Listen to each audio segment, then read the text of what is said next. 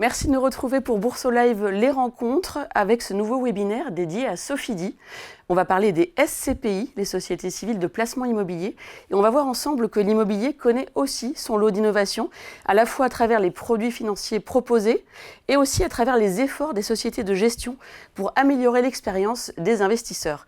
Et pour en parler, j'accueille Nicolas van den Ende. Bonjour Nicolas. Bonjour Marie-Laure. Merci d'être avec nous. Vous êtes directeur de l'épargne chez Sofidy, qui est le premier acteur indépendant sur le marché des SCPI et partenaire de Boursorama. Je précise que vous travaillez principalement sur l'immobilier de commerce et de bureaux. Alors pour commencer, un peu de pédagogie, Nicolas, est-ce que vous pouvez nous expliquer tout simplement ce qu'est une SCPI ? Oui, une SCPI, c'est l'acronyme pour Société Civile de Placement Immobilier. Donc le dernier terme est important, immobilier, puisqu'effectivement les SCPI sont des produits d'épargne immobilière qui ont été créés à la fin des années 60 et qui ont un fonctionnement assez simple finalement. C'est des épargnants se tournent vers les SCPI, investissent dans les SCPI, confient leur argent à une société de gestion comme Sofidy. Et notre mission, c'est d'aller investir cette épargne, d'acheter de l'immobilier et de le gérer.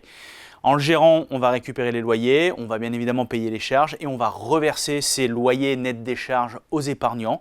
Donc là où l'épargnant français a l'habitude de se tourner vers l'immobilier pour aller chercher des revenus complémentaires, eh bien on garde avec les SCPI exactement ce même esprit, c'est-à-dire aller chercher un revenu complémentaire. Voilà, ce sont donc des produits de distribution. Et un dernier élément qui est important, ce sont des produits qui sont encadrés, très transparents, qui répondent à une réglementation forte, notamment à l'autorité des marchés financiers. Donc voilà, c'est un produit d'épargne immobilière qu'on présente vulgairement, et je m'arrêterai là, en disant c'est les avantages de l'immobilier sans les inconvénients. Alors il ne faut pas laisser croire qu'il n'y a pas de risque, comme tout produit, et l'immobilier également comporte son lot de risques. Mais c'est vrai que lorsqu'on confie son épargne à un gestionnaire, on s'évite tous les soucis de gestion et on se rend compte qu'il y a beaucoup d'épargnants, après avoir eu quelques mésaventures dans l'immobilier en direct, qui se tournent vers les SCPI. Parce que concrètement, les épargnants, là, ils sont copropriétaires. Exactement, ils sont copropriétaires d'un parc immobilier qui peut être plus ou moins grand. Par exemple, chez Sofidy, on a une SCPI qui est une SCPI emblématique du secteur qui permet d'être copropriétaire de pratiquement 2500 unités locatives. Et c'est le principe de la SCPI, ce niveau de mutualisation qui permet pas de garantir, puisqu'une fois encore les résultats et les distributions ne sont pas garantis, mais d'avoir un revenu stable, pérenne dans le temps.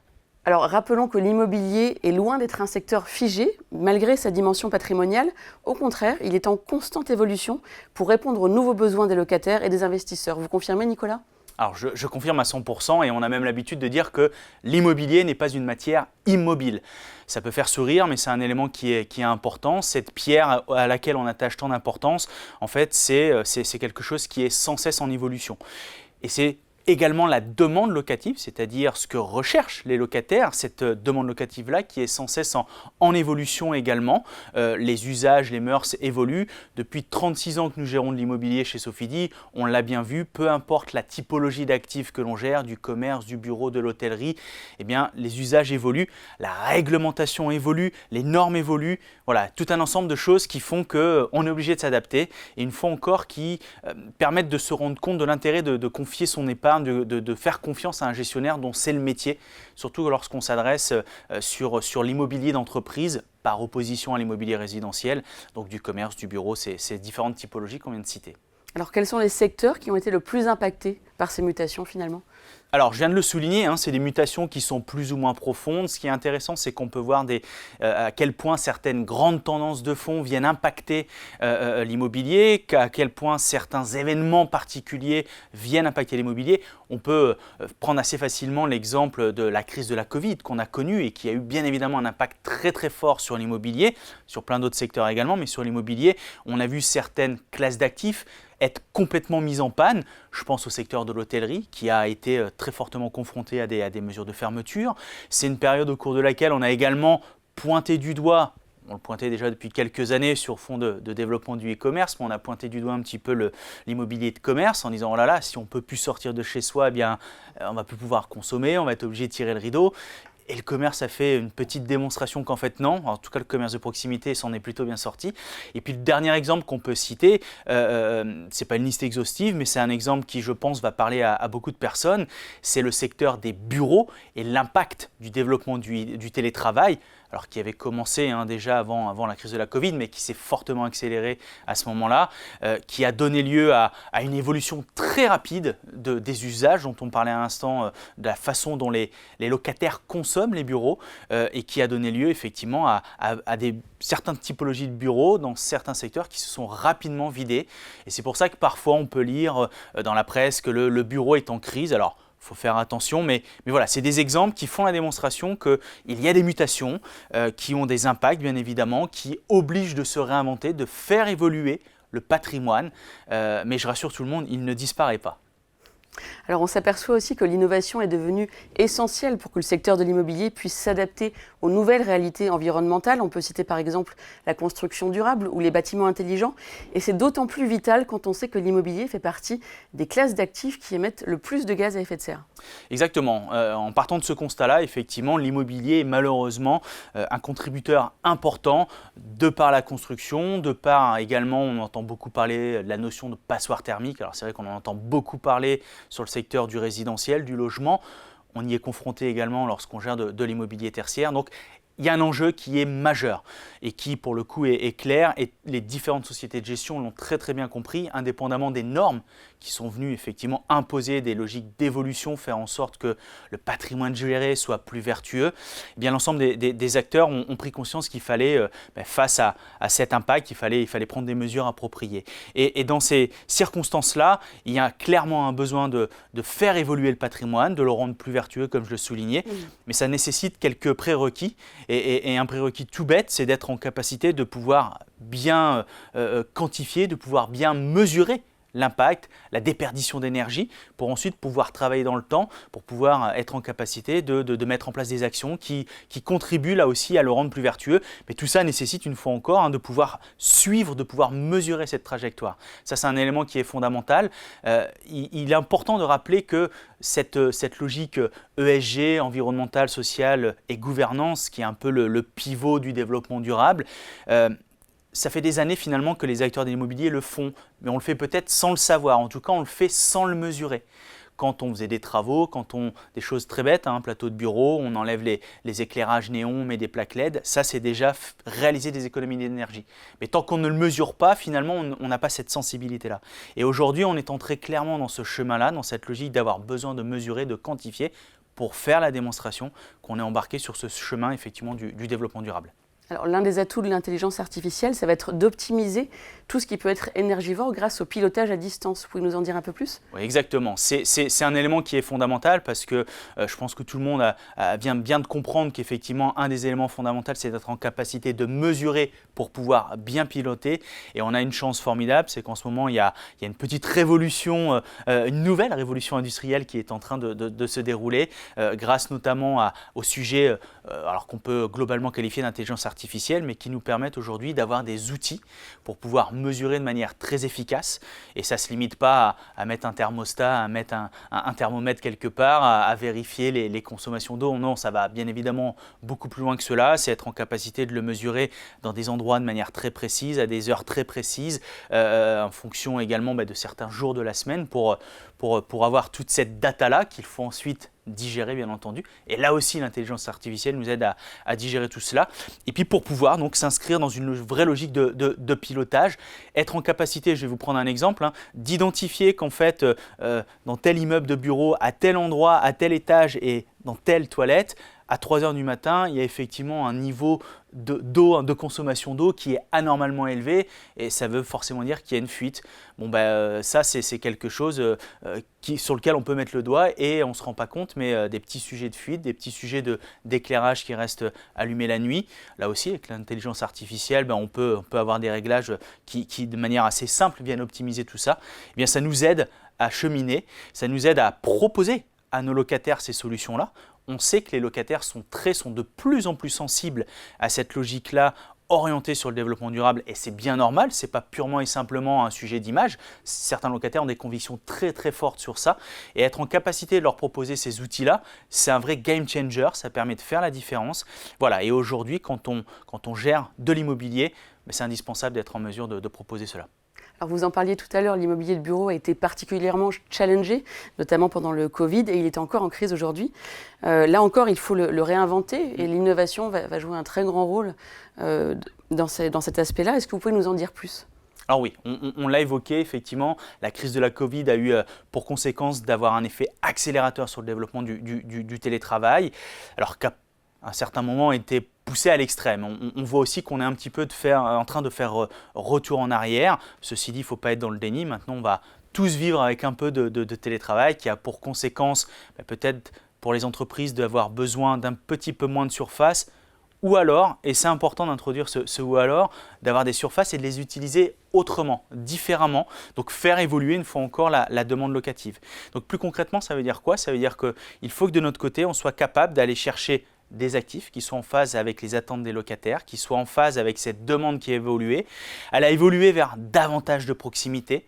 Clairement, on se rend compte que tous les actifs de bureaux qui étaient plutôt en périphérie des grandes villes, dans lesquelles c'était compliqué d'y aller, il n'y avait peut-être pas suffisamment de transports en commun, c'est plutôt en train de péricliter.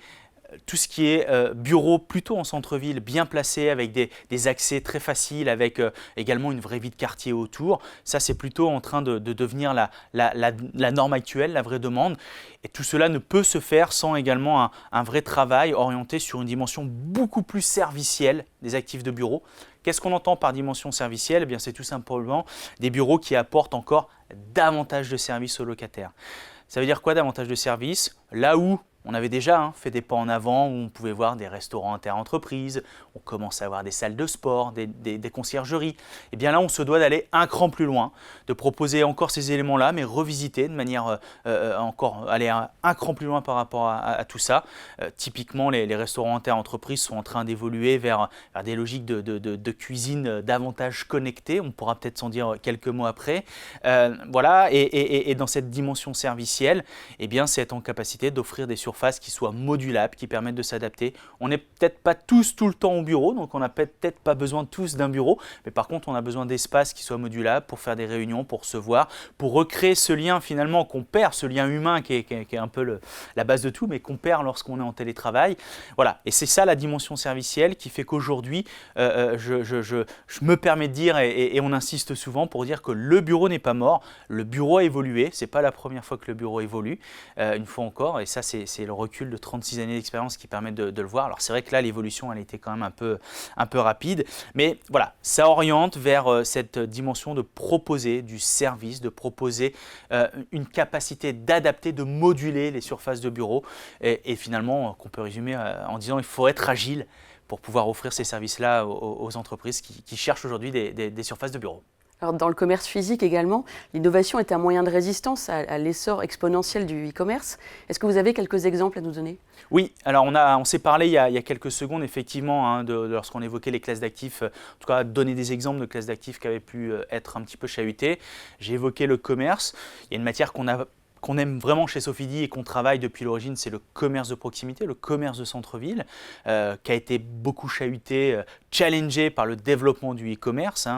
On a presque assisté, ou en tout cas on a assisté à un match entre la montée en puissance du e-commerce versus le commerce physique. Certains ont voulu vraiment opposer ces deux matières-là. La conclusion, c'est qu'en fait, elles ne s'opposent pas, elles se complètent.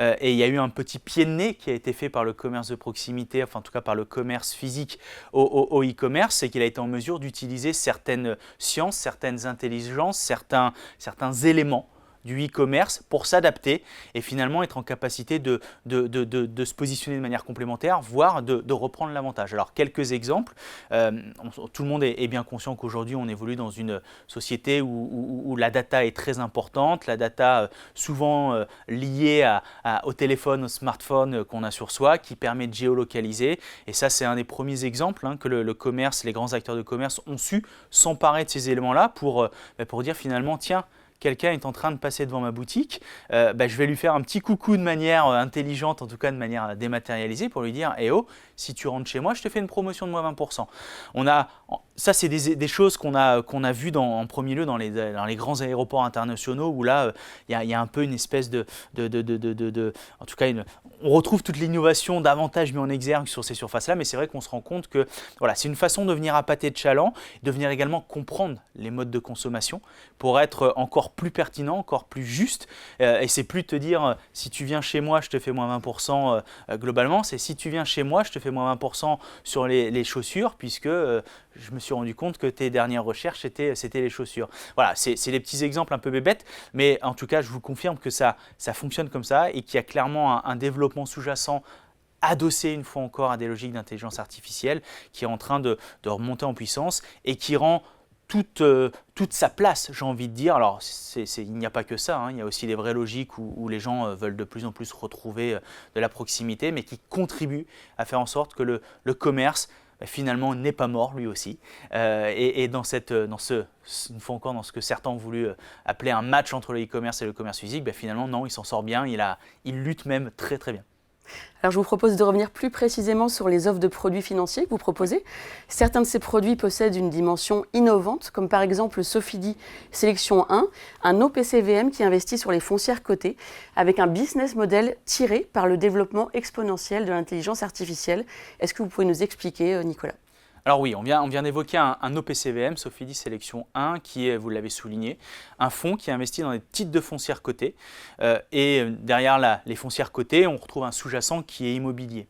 Mais ce qui est intéressant, c'est que, et c'est là où les foncières cotées ont cette capacité à aller plus loin, j'ai envie de dire, que des produits comme les SCPI, c'est qu'ils sont vraiment à la pointe de toute la richesse qu'on peut trouver, de toute la profondeur qu'on peut trouver au sein de l'univers immobilier. On va bien évidemment avoir des foncières qui investissent dans les bureaux, dans le commerce, dans la logistique et notamment la dernière logistique, celle qui est utilisée par les grands acteurs du e-commerce. Donc on refait un petit clin d'œil au e-commerce, mais qui est intégralement, qui s'appuie à 100% sur de la technologie. Il n'y a pratiquement aucun humain dedans. C'est des entrepôts qui sont énormes et tout est automatisé à l'intérieur.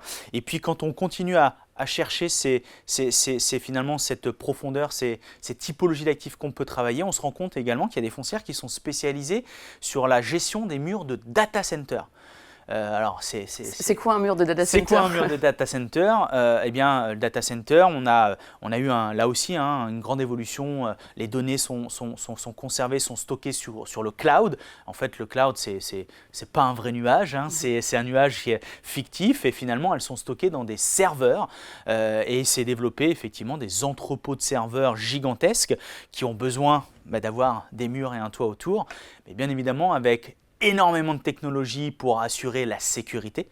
Je pense que tout le monde comprend bien que derrière cette logique de data center, de data au sens plus global du terme, il y a besoin d'avoir un niveau de sécurité très très fort. Il y a besoin, alors tant en termes d'éviter les intrusions que également éviter les départs de feu, besoin de rafraîchir tous ces entrepôts de data center, donc avec des besoins en termes de climatisation, bien évidemment qui n'ont rien à voir avec ce qu'on pourrait avoir en termes de climatisation chez soi. Bref, il y a un vrai savoir-faire qui s'est mis pour pouvoir héberger ces data centers et des foncières se sont spécialisées sur ce sujet-là. Alors c'est des foncières qu'on retrouve beaucoup aux États-Unis, mais c'est vrai que c'est pas parce qu'elles sont américaines qu'elles n'ont pas des entrepôts en Europe, hein, par exemple. Et on a la chance d'avoir cette expertise en interne chez Sofidy et de s'être intéressé très tôt à ce secteur-là qui, notamment sur fond de développement de l'intelligence artificielle qui nécessite d'avoir de plus en plus de data centers, et sont en train de véritablement connaître un très très fort développement, un business model, des chiffres d'affaires qui ont des croissances assez impressionnantes d'année en année, et donc des foncières qui ont leur cours de bourse qui effectivement reflètent ces bons résultats et qui progressent et qui contribuent à être des moteurs de performance au sein de cette OPCVM Sofidy Sélection 1. Mais très concrètement, quel rôle joue l'intelligence artificielle dans la gestion de ces murs de data center ? Alors, le rôle se joue à différents niveaux. Le premier, c'est effectivement, on s'est rendu compte que déjà, on a besoin, l'intelligence fait qu'on va venir chercher de la data, triturer cette data, en tout cas utiliser de la data. Et donc, rien que le fait d'avoir besoin de data fait qu'on a un besoin de plus en plus exponentiel d'avoir de pouvoir héberger ces data centers. Ça, c'est un premier élément. Et puis quand on va plus loin, c'est être en capacité de mesurer tous ces risques que j'évoquais tout à l'heure pour non pas avoir besoin d'une assistance humaine, parce que s'il y a un déclenchement de feu et qu'on attend que les pompiers interviennent, il y a de grandes chances que les serveurs aient arrêté de tourner depuis un grand nombre de temps. Donc c'est là où on va gagner en efficacité, gagner en rapidité d'intervention, et puis finalement en termes de gestion, c'est toute la chaîne qui, mis bout à bout, repose de plus en plus sur cette logique-là, sur cette intelligence-là. Alors une question que se posent sûrement ceux qui nous regardent, Nicolas, pourquoi est-ce important pour l'épargnant d'avoir ce type d'action portée par l'intelligence artificielle dans son portefeuille? Alors, il y a un élément important, c'est généralement quand on a de l'épargne, on a envie de faire fructifier cette épargne, et nous pensons chez Sofidy, il n'y a pas de garantie bien évidemment, mais nous pensons que cette méga tendance, cette tendance de fond qui vise effectivement et sur lequel différentes sociétés peuvent s'inscrire, dont les foncières cotées, eh bien, est de nature à générer dans le temps une vraie création de performance, une vraie création de valeur. Donc ça, c'est un premier élément qui est important. C'est finalement pas être simplement regarder le train de l'intelligence artificielle avancer, c'est se dire il y a différentes façons de pouvoir monter dans ce train-là, et puis quelque part peut-être faire profiter que chacun fasse profiter à son épargne de ce train pour être en capacité d'aller créer, développer de la valeur. Donc ça, c'est vraiment, je pense, un pilier ultra important. Et puis, au-delà de ça, on se rend bien compte que, au-delà de l'épargne, finalement, c'est l'intelligence artificielle va avoir un impact global dans la vie de tout le monde. Donc, c'est également une bonne façon de se dire, moi, à mon échelle et au-delà de mon épargne, j'ai envie de ne pas être simplement un spectateur, mais de prendre part à cette aventure-là. Voilà, c'est un élément important. Nous-mêmes, chez Sofidy, dans le cadre de notre métier, on s'est naturellement posé cette question, et on se rend compte que l'intelligence artificielle, ça peut être une façon de nous permettre d'être plus efficace, d'accélérer certains process, d'accélérer des contrôles. Voilà, le tout, c'est de se dire il faut effectivement s'appuyer dessus et pas la subir. Ça, je pense que c'est un élément important.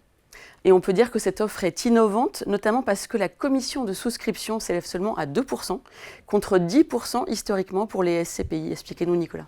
Alors oui, exactement. C'était un souhait fort de notre part de venir revisiter l'univers des frais au sein de la SCPI, sachant qu'il y a un premier pilier important qui est cette fameuse commission de souscription, là où historiquement elle était en moyenne d'une dizaine de pourcents dans les SCPI. On a fait le choix de la positionner sur un niveau beaucoup plus faible, 2% seulement, pour quelque part rendre le produit plus accessible. Alors ça ne veut pas dire qu'il y a globalement moins de frais, c'est important de rappeler, et d'ailleurs tous les frais sont bien précisés dans les notices d'information des fonds qu'il convient de bien analyser. Il faut véritablement en prendre connaissance pour bien connaître tous les frais. Notamment, il y a la commission de gestion qui est l'autre grande jambe des frais, où là, on est historiquement à peu près aussi sur 10% des loyers encaissés. La notion de loyer encaissé est importante s'il y a une logique d'alignement d'intérêts pour pouvoir être en capacité de distribuer. Il faut bien encaisser les loyers. Et on a choisi sur Sophie Dynamique de la positionner à 12%. Donc, il y a encore d'autres frais que je ne vais pas développer, mais effectivement, on les retrouve bien dans la documentation qu'il faut lire.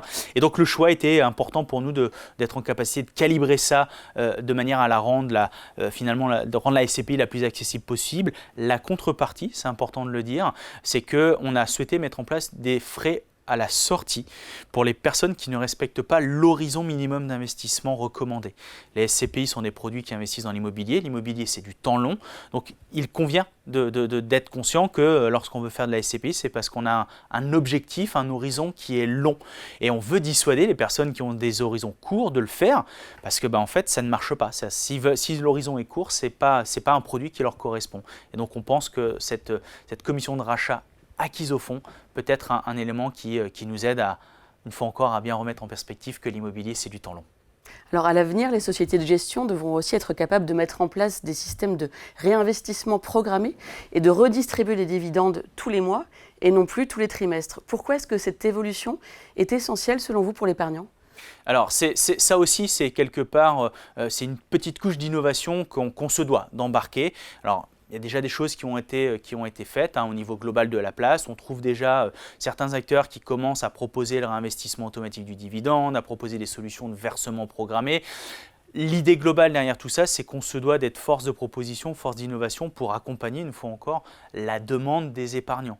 Pour faire en sorte que, en fonction des attentes et surtout en fonction des objectifs des clients, leur horizon d'investissement, de leur profil, on puisse proposer différentes solutions qui soient les mieux adaptées. Alors, on n'est pas les premiers, par exemple, à mettre en place des logiques de versement programmé. On a déjà vu ça dans le monde de l'assurance vie. À un moment donné, ça n'existait pas et c'est assez récent dans l'univers des SCPI. Et on pense très clairement que les choses ne sont pas finies. On peut aller plus loin. On peut se dire, tiens, là où les SCPI versent des dividendes trimestriels, est-ce qu'il ne faut pas davantage s'orienter sur une logique de versement mensuel? Puisque lorsqu'on se dit la SCPI, c'est parfait pour avoir des revenus complémentaires et souvent on pense à la retraite. La retraite, on a besoin d'avoir quelque part un complément qui tombe plus chaque fin de mois que chaque fin de trimestre. Donc ça, c'est des éléments qui aident. Et puis après, il y a aussi la logique finalement d'expérience client. Alors ça fait très pompeux, très marketing, mais finalement, quand on est en train de gérer son épargne, on a envie d'avoir une information la plus actualisée possible, la plus rapide possible, la plus claire possible. Et c'est là où tous les outils actuels nous permettent d'aller de l'avant, de fournir un maximum d'informations. Alors il faut faire attention parce que oui, on est dans une culture où on veut beaucoup d'informations, mais il faut qu'elles soient compréhensibles et parfois peut-être mieux en donner un peu moins, mais que ça soit beaucoup plus pertinent. Bref, en tout cas, tout ça pour dire qu'on se doit d'être innovant pour accompagner la demande des épargnants, sachant que les SCPI, on en a beaucoup parlé ces 10-15 dernières années. En tout cas, on a clairement vu ce secteur-là se monter en puissance. Mais il y a encore un énorme potentiel. Ça reste toujours un produit finalement d'initié. Et c'est là où la démarche de Boursorama d'intégrer une offre SCPI dans son offre plus globale est, à mon sens, très pertinente. C'est qu'elle va contribuer aussi à faire la démonstration qu'il y a des outils de gestion de patrimoine tels que les SCPI qui permettent de s'exposer à l'immobilier de manière différente, par exemple à du locatif qu'on pourrait faire. Voilà, donc c'est une vraie logique d'accompagner la démocratisation, j'ai envie de dire. Et à ce titre, il se trouve que Boursorama a réussi, en tout cas contribue à son échelle, mais à accompagner ce développement-là. C'est ça aussi l'innovation, c'est plus d'agilité pour l'épargnant? C'est plus d'agilité pour l'épargnant, c'est là aussi où je vais un peu enfoncer une porte ouverte, mais on se rend bien compte que on est dans une société où tout va de plus en plus vite et chaque seconde est de plus en plus précieuse. Et c'est là où, pour donner de la matière très concrète, quand on rentre dans le parcours de souscription SCPI chez Boursorama, alors j'ai forcément un biais puisque je ne suis pas l'épargnant novice en la matière, mais quand même je peux vous dire qu'il y a eu un accompagnement, une dimension très pédagogique, un vrai accompagnement dans le cadre de la souscription et qui en plus ne se fait pas sans éviter finalement les remarques, les petits warnings nécessaires sur les risques bien évidemment, sur la bonne compréhension du produit. Mais voilà, il y a eu un superbe travail opéré et j'invite bien évidemment tout le monde à aller jeter un petit coup d'œil à ce parcours. Alors vous en parliez justement, la souscription, donc concrètement, comment souscrire Sofidi Sélection 1 et SCPI Sofi Dynamique? Alors, pour Sofidi Sélection 1, qui, je le rappelle une fois encore, est un OPCVM, là pour le coup, chez Boursorama, ça fait partie des produits historiques, la gamme d'OPCVM, les produits un peu plus orientés financiers bourse, bien évidemment. Donc, je pense que je ne vais pas avoir besoin de faire beaucoup de pédagogie, mais ce que je peux dire, c'est que c'est effectivement un produit qui est référencé. Donc, on peut souscrire dès lors qu'on a un compte titre qui est ouvert, qui en plus est référencé lui aussi sur Boursomarket. Ça veut dire qu'il fait partie des OPCVM qui sont proposés à 0 € de frais d'entrée et de sortie. Donc, ça, c'est un élément qui est très intéressant, très important. Et pour les SCPI, donc c'est un parcours qui vient d'être lancé, qui est assez récent, qui a à peine un mois, je crois. Donc il suffit d'aller chercher un petit peu dans le navigateur et on se rend vite compte qu'on tombe sur l'immobilier et les SCPI. Il faut avoir un compte titre. C'était un prérequis qui a été mis en place par Boursorama pour quelque part faire passer aussi le message que ce n'est pas un produit de consommation grand public. La SCPI, c'est considéré par l'autorité des marchés financiers comme un produit complexe. Il ne faut pas avoir peur, mais ça veut dire que dans ce cadre-là, ça nécessite une démarche avec de l'explication pour bien savoir dans quoi on investit. Et notamment, tout à l'heure, on évoquait le sujet de l'horizon de temps. C'est important de comprendre que la SCPI, on est là pour une longue période. Autrement, si on veut faire de la SCPI pour 2 ans, ça ne va pas marcher, on sera déçu à la sortie. Donc, on passe par ce petit portail. Il y a quelques questions qui viennent justement tester votre profil, mais assez rapide, hein, je rassure tout le monde. Et puis très vite, on tombe dans le schéma qui permet d'identifier donc la gamme présente, les SCPI de Sofidy, puis les SCPI également d'une autre société de gestion. Et puis vous faites votre choix. Et assez rapidement, puisque tout se fait de manière dématérialisée, signature électronique, eh bien, au bout de quelques minutes, vous pouvez faire ça dans votre canapé, eh bien, vous êtes au terme du parcours. Et puis ça y est, vous êtes rentré dans la machine, vous êtes en capacité de devenir un europropriétaire de parts de SCPI. Je dis en capacité de, parce qu'après il faut le temps, ça ne se fait pas de manière automatique, les informations sont transmises à la société de gestion, voilà, et on renvoie bien évidemment les informations pour confirmer les souscriptions, mais voilà, ça se fait de manière très très simple. Merci beaucoup Nicolas pour toutes ces explications. Restez bien avec nous, le programme continue sur Bourso Live. Prochain rendez-vous à 11h30 pour le webinaire dédié à Vatel Capital. Très bonne journée à tous.